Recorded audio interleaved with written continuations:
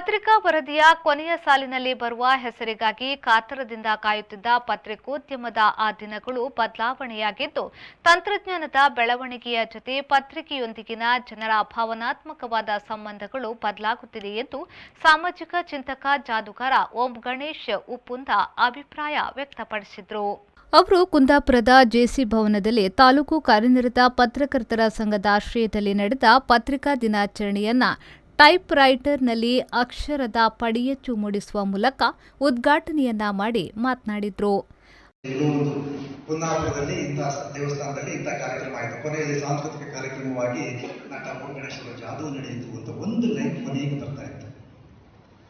ಆ ಒಂದು ಲೈನ್ ಬಂದಿದ್ದು ತಿಂಗಳ ಗಟ್ಟಲೆ ನನಗೆ ಹ್ಯಾಂಗ್ ಓವರ್, ಜೊತೆಗೆ ಬಾಂಬೆ ಅವ್ರ ಊರಿಗೆ ಬಂದಾಗ ಹೇಳ್ತಾ ಇದ್ರು, ಮೊನ್ನೆ ಉದಯವಾಣಿಯಲ್ಲಿ ನಿಮ್ದೊಂದು ಹೆಸರು ನೋಡಿದೆ, ಮೊನ್ನೆ ಅದ್ಯಾವುದೋ ಒಂದು ಪತ್ರಿಕೆಯಲ್ಲಿ ಅಂದರೆ ಒಂದು ಲೈನ್, ಕೊನೆಯ ವರದಿಯ ಕೊನೆಯಲ್ಲಿ ಬರುವ ಒಂದು ಲೈನ್, ಒಂದು ಅಕ್ಷರಗಳು ಕೂಡ ಒಂದು 40 ವರ್ಷದ ಹಿಂದೆ ತಿಂಗಳುಗಟ್ಟಲೆ ಇಡೀ ರಾಜ್ಯದ ಜನ ನಮ್ಗೆ ಸಿಕ್ಕಿದಾಗ ಗುರುತಿಸುವಂತಹ ದಿನ ಆಗಿತ್ತು.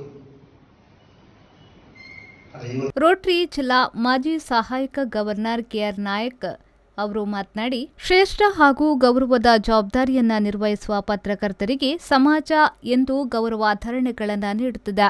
ಎಷ್ಟೇ ತಂತ್ರಜ್ಞಾನಗಳು ಅಭಿವೃದ್ಧಿಯಾದರೂ ಮುದ್ರಣ ಮಾಧ್ಯಮದೊಂದಿಗಿನ ಸಂಬಂಧಗಳು ಓದುಗರಲ್ಲಿ ಸದಾ ಜಾಗೃತವಾಗಿರುತ್ತದೆ.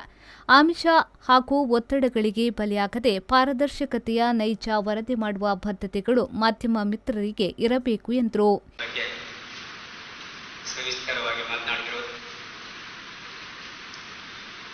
ಪತ್ರಕರ್ತರಂದರೆ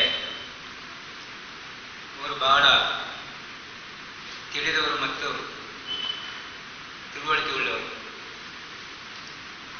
ಅವರನ್ನು ಎದುರು ಕೂರಿಸಿಕೊಂಡು ನಮ್ಮಂಥ ಸಾಮಾನ್ಯ ಮನುಷ್ಯರು ಮಾತಾಡುವುದು ಬಹಳ ಕಷ್ಟ.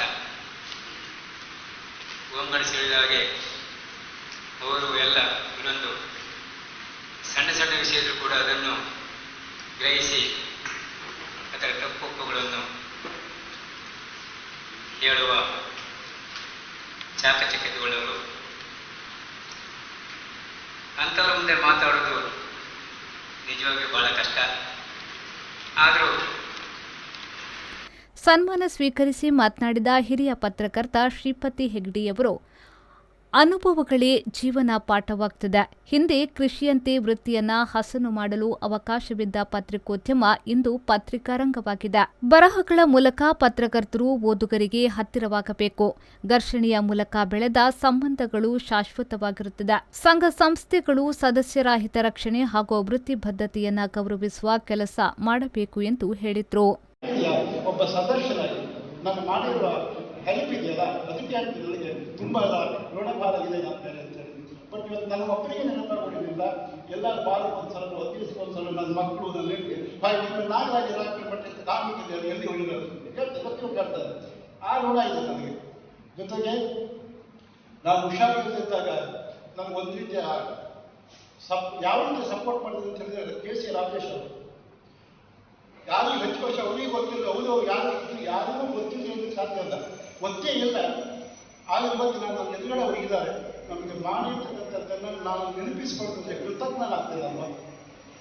ನನಗೆ ಆರ್ಥಿಕವಾಗಿ ಇಲ್ಲಿ ನನ್ನದು ಒಂದು 35-40 ಸಾವಿರ ನಾನು ಉಷಾ ಕೇಂದ್ರವನ್ನು ರಿಸೈನ್ ಮಾಡಿ ಬಂದಿದ್ದೆ. ಅದೆಲ್ಲ ಸೇರಿ 45,000 ರೂಪಾಯಿ ಇತ್ತು. ಇಲ್ಲ ಕುಂದಾಪುರದಲ್ಲಿ ಆಗೋಗ್ಬಿಟ್ಟಿತ್ತು. ಕೊನೆಗೆ ಮಂಗಳೂರಿಗೆ ಹೋದಾಗ ಸಾಧಾರಣ 1,80,000.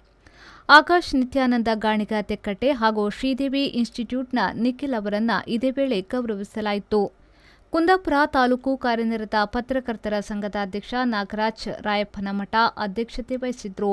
ಕುಂದಾಪುರ ಅಂಚೆ ಇಲಾಖೆಯ ಸಹಾಯಕ ಅಧೀಕ್ಷಕ ಸತೀಶ್ ಇಲಾಖೆಯ ಗ್ರಾಹಕ ಸ್ನೇಹಿ ಯೋಜನೆಗಳ ಕುರಿತು ಹಾಗೂ ವಿಮಾ ಯೋಜನೆಗಳ ಕುರಿತು ಮಾಹಿತಿಯನ್ನ ನೀಡಿದ್ರು. ತಾಲೂಕು ಸಂಘದ ಉಪಾಧ್ಯಕ್ಷ ಚಂದ್ರಮ್ಮ ತಲ್ಲೂರು, ಕೋಶಾಧಿಕಾರಿ ಟಿ ಲೋಕೇಶ್ ಆಚಾರ್ಯ ವೇದಿಕೆಯಲ್ಲಿದ್ದರು. ತಾಲೂಕು ಕಾರ್ಯನಿರತ ಪತ್ರಕರ್ತರ ಸಂಘದ ಪ್ರಧಾನ ಕಾರ್ಯದರ್ಶಿ ಗಣೇಶ್ ಐಶ್ವರ್ಯ ಬೀಚಾಡಿ ಸ್ವಾಗತಿಸಿದರು. ಪ್ರಶಾಂತ ಪಾದೆ ಸನ್ಮಾನ ಪತ್ರ ವಾಚಿಸಿದ್ರು. ಕಾರ್ಯಕಾರಿ ಮಂಡಳಿಯ ಸದಸ್ಯ ಶ್ರೀಕಾಂತ್ ಹೆಮ್ಮಾಡಿ ನಿರೂಪಿಸಿದ್ರು. ಶ್ರೀಕಾಂತ್ ಹೆಮ್ಮಾಡಿ, ವಿ4 ನ್ಯೂಸ್, ಕುಂದಾಪುರ.